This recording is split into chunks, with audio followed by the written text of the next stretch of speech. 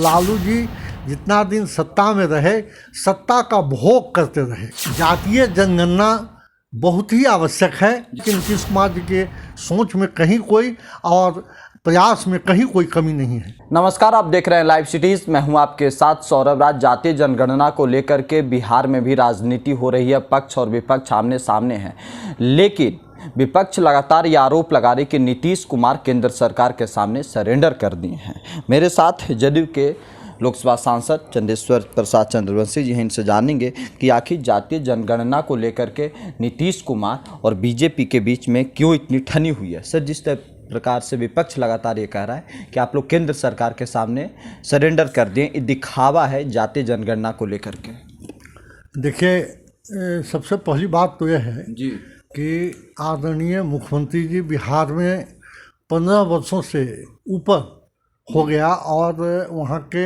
दलित, पिछड़े, अति पिछड़े, अल्पसंख्यक लोगों के विकास के लिए उन्होंने लगातार प्रयास किया और काम किया, और जिसका फलाफल भी दिखाई पड़ रहा है।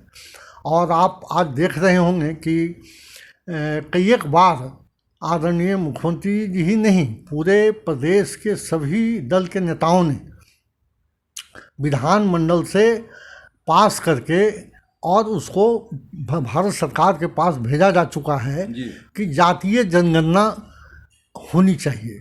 और हमको लगता है कि आदरणीय प्रधानमंत्री जी भी उसी रास्ते पर चल रहे हैं और उसी बिंदु पर सोच रहे हैं। और उसी एक क्रम में आप देखे होंगे कि कल 127वां बिल संशोधन हुआ जी, और वह उसी का परिचायक है कि अब अति पिछड़ों या ओबीसी में लागू लाने के लिए अन्य जातियों को राज्यों को यह अधिकार दे दिया गया।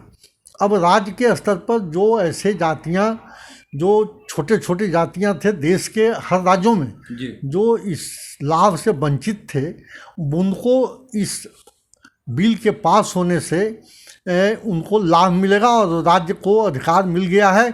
अब उनको उस श्रेणी में जोड़ने का काम करेंगे। एक बात हम आपके माध्यम से कहना चाहेंगे आदरणीय प्रधानमंत्री जी से कि जातीय जनगणना बहुत ही आवश्यक है और इसको जातीय जनगणना कराने से ही सही माने में देश के जो दबे कुचले समाज के लोग हैं जिनकी गणना हो सकेगी, और उस गणना के आधार पर जिनकी पार्टियों के विश्वास में लेकर और भारत सरकार से मांग किया है कि जल्द से जल्द जातीय जनगणना कराई जाए। अब इससे बड़ा ताकत नहीं हो सकता है। एक राज्य के लिए बहुत बड़ी ताकत है विधानसभा और विधान परिषद का सदन। दोनों सदनों ने मांग किया है। इसे प्रमाणित करता है कि नीतीश कुमार जी के सोच में कहीं कोई और प्रयास में कहीं कोई कमी नहीं है। लालू यादव दिल्ली में काफ़ी एक्टिव हो गए हैं सर, आप लोगों को डर सता रहा है क्या उनका? देखिए, ऐसा तो आप देख रहे हैं कि बिहार में 15 वर्ष पहले क्या था बिहार का स्थिति। 2005 के पहले जो बिहार की जनता कष्ट को झेल रही थी कि 3 बजे दिन के बाद गांव नहीं जा पाता था आदमी स्टेशन से उतरकर। आज स्थिति है कि रात के 12 बजे भी उतरकर ट्रेन से और अपना गांव चला जाता है। तो भय का वातावरण समाप्त हुआ।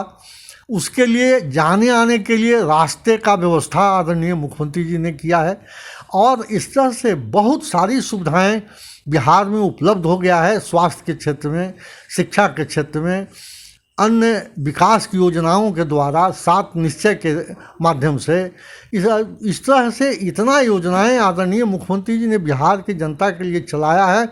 और उन योजनाओं से बिहार के जितने भी समाज के लोग हैं, हर वर्ग के लोगों को उसका लाभ मिल रहा है।